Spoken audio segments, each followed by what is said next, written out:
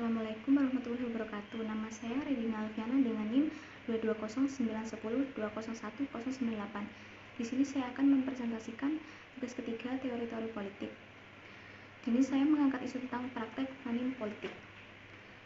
Isu atau persoalan dari masalah tersebut yaitu pemilihan umum merupakan prosedur yang dilaksanakan untuk mewujudkan negara yang demokrasi, seperti demokrasi yang dimaknai oleh Abraham Lincoln, bahwa demokrasi adalah dari rakyat, oleh rakyat, dan untuk rakyat. Namun dalam berjalannya proses demokrasi ini, ada hal yang selalu menjadi hambatan tercapainya demokrasi secara substansial, yaitu praktek money politik. Seperti yang sedang terjadi di desa saya. Sebenarnya tidak hanya di desa saya saja, tapi di seluruh Indonesia. Menurut Bawaslu, jumlah pemilu yang terlibat politik uang dalam pemilu 2019 di kisaran 19,4% hingga 33,1%.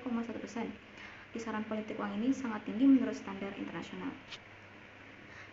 Faktor penyebabnya yang pertama yaitu terdapat kelemahan dari segi aturan, pengawasan, dan sistem pemilu yang membuka berkembangnya politik uang.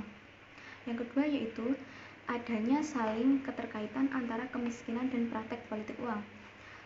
Jadi selama kemiskinan ini belum berhasil teratasi, maka politik uang akan terus berlanjut. Yang ketiga, politik uang terjadi karena calon legislatif tidak memiliki program tetapi ingin menang. Sehingga partai politik membantu untuk memenangkan calon legislatif tersebut dengan cara money politik. Dan yang keempat, adanya ketidakpercayaan masyarakat terhadap para kandidat pemimpin. Masalah yang akan muncul jika tidak diselesaikan adalah pertama, politik uang membunuh transformasi masyarakat. Transformasi atau perubahan sebuah masyarakat ke arah yang lebih baik akan terhambat, bahkan mati jika proses demokrasi didominasi dengan politik uang. Yang kedua, politik uang akan berujung pada korupsi, di mana motivasi dilakukannya korupsi adalah untuk mengembalikan kerugian yang telah terjadi saat kampanye, di mana sang calon telah melakukan politik uang. Yang ketiga, politik uang merendahkan rakyat dan jebakan untuk rakyat. Dan yang terakhir, menghilangkan kesempatan munculnya pimpinan daerah yang berkualitas. Gagasan penyelesaian masalah. Kita sebagai kaum intelektual harus bisa menanggapi hal yang demikian. Contohnya, menjaga hal-hal yang memungkinkan terjadinya praktek money politik. Hal-hal yang bisa kita lakukan yaitu menolak praktek money politik yang ditawarkan oleh tim sukses dari calon. Yang kedua, kaum intelektual harus menjunjung tinggi asas demokrasi yang luber judil, yaitu langsung, umum, bebas, rahasia, jujur, dan adil sebagai bentuk tindakan preventif dalam praktek money politik.